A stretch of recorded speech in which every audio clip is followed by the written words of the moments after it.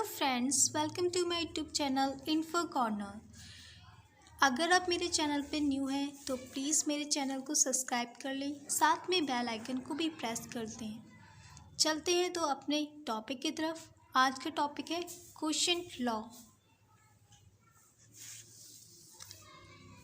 First of all इसकी definition देख लेते हैं कि ये क्या होता है।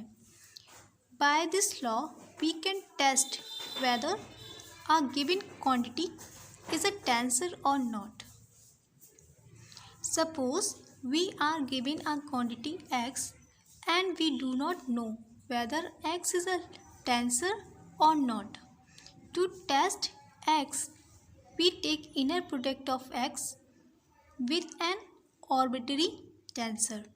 If this inner product is a tensor, then x is also a tensor. This is called the quotient law. देखो समझो ये क्या कह रहा है कि अगर हमारे पास कोई गिवन क्वांटिटी है और हमें ये नहीं पता कि ये गिवन क्वांटिटी टेंसर है या नहीं, ठीक है। कोई यहाँ पर x मान लिया, कोई गिवन क्वांटिटी x है जो कि टेंसर है या नहीं ये नहीं पता हमें। टू टेस्ट, इसको हमें टेस्ट करने के लिए इनर प्रोडक्ट कराना है। किसका? x का। किसके साथ कराना है? ऑर्बिटरी टेंसर के साथ कराना है। अगर इनर प्रोडक्ट उसका टेंसर हुआ तब जो x होगी, जो गिवन क्वांटिटी हमने ली है, वो भी टेंसर होगी, ठीक है। तो इसी लॉ को क्या कहते हैं? क्वोशिएंट लॉ कहते हैं। आई होप कि आपको समझ में आया हो, ठीक है। कभी कभी एग्जामिनर आपसे ये पूछ लेगा कि state and prove quotient theorem, ठीक है, और कभी कभी वो दे देगा पूरा स्टेटमेंट। तो आपको प्रूफ करना है कि वो जो गिवन क्वांटिटी है वो टेंसर है या नहीं। तो आपको स्टेटमेंट भी याद रखना है। तो स्टेटमेंट क्या होती है इसकी? अ quantity which on inner multiplication, या फिर कह सकते हैं इनर प्रोडक्ट, ठीक है। अ quantity which on inner multiplications by an arbitrary vector always gives a tensor is itself a tensor, ठीक है। ऊपर मैंने समझा दिया है कि क्या है, वही सब प्रोसेस है। कोई भी क्वांटिटी लेनी है, उसका इनर प्रोडक्ट कराना है या इनर मल्टीप्लिकेशन कराना है किसी आर्बिट्रेरी वेक्टर से, और ये पता है कि जो इनर प्रोडक्ट होगा वो क्या होगा? ऑलवेज टेंसर होगा, ठीक है। अब हमें प्रूफ करना है कि जो गिवन क्वांटिटी है वो हमेशा टेंसर होगी, ठीक है। So let's prove it. Proof given क्या है हमारे पास? A quantity which on inner multiplication by an arbitrary vector always gives a tensor. That is, if aijk is a given quantity and tu is an arbitrary vector, then inner product, कि अगर हमारे पास aijk कोई quantity है और tu क्या है? एक arbitrary vector है। अब इन दोनों का हमें क्या कराना है? इनर प्रोडक्ट कराना है। तो ये देखो फर्स्ट ऑफ ऑल कि इनर प्रोडक्ट क्या है?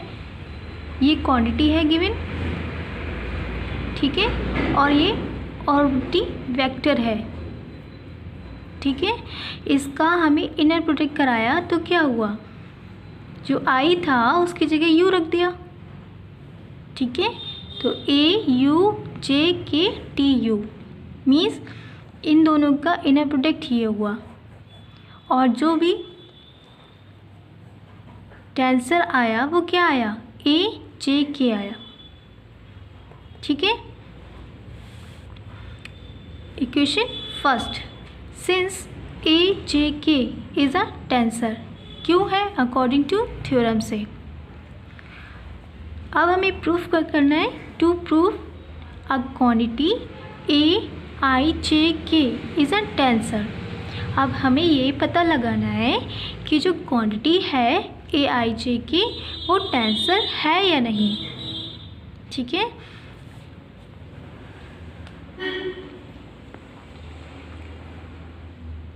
फ्रॉम फर्स्ट, कहाँ से? इक्वेशन फर्स्ट से हम लेंगे कि ए you J K T U equals to किसके इक्वल है?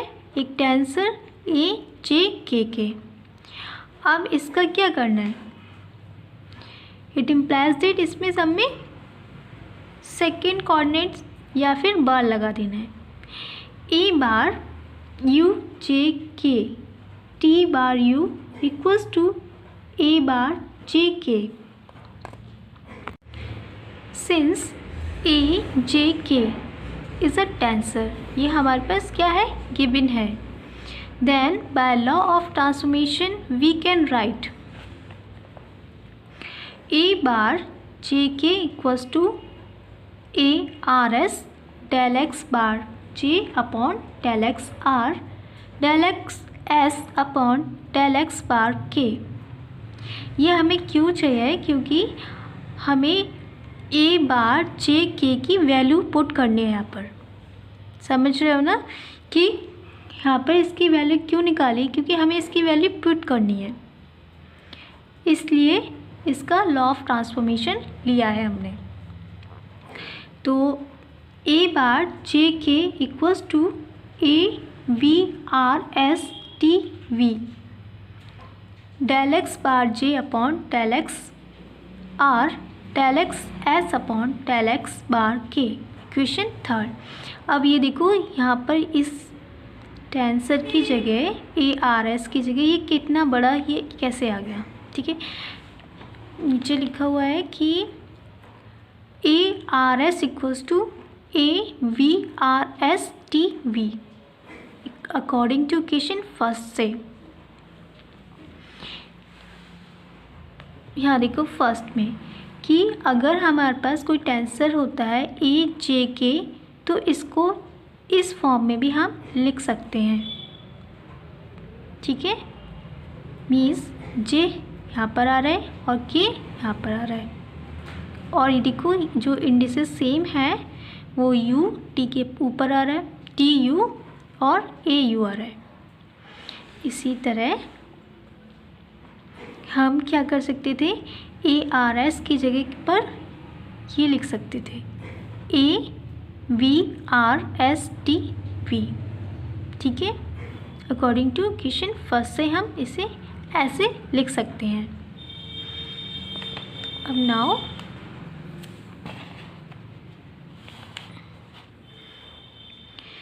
T V is an arbitrary vector. अभी हमने देखा थ्योरम में ऊपर की जो टी वी है या टी यू एस माना था वहाँ पर, यहाँ पर टी वी है तो क्या था? ऑर्बिटरी वेक्टर है। अब इसमें भी हमें इसकी वैल्यू पुट करने के लॉ ऑफ ट्रांसफॉर्मेशन लगाएंगे।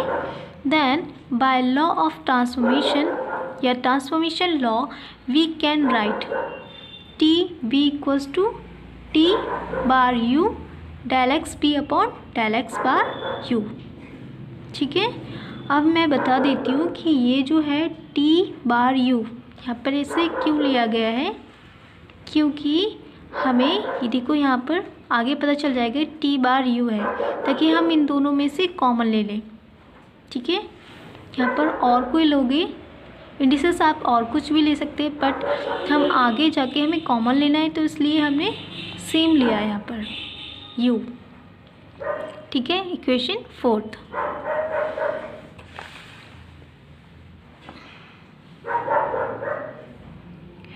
From third and fourth we get, क्या लगाना है इसमें कि जो ए बार जे की वैल्यू कितनी हो गई? ए V R S T bar you, T V की जगह क्या लगा दिया? ये पूरी वैल्यू। ठीक है, ये वैल्यू किसकी थी? टी वी की वैल्यू थी, इसलिए इसमें पुट कर दिया। एक मिनट में दिखा देती हूँ। ये जो टीवी की वैल्यू है वो इसमें पुट कर दी, बस और कुछ नहीं करा है। ठीक है, तो ए bar J K equals to A V R S T bar U del X B upon del X bar U del X bar J upon del X R del X S upon del X bar k. Question 5th.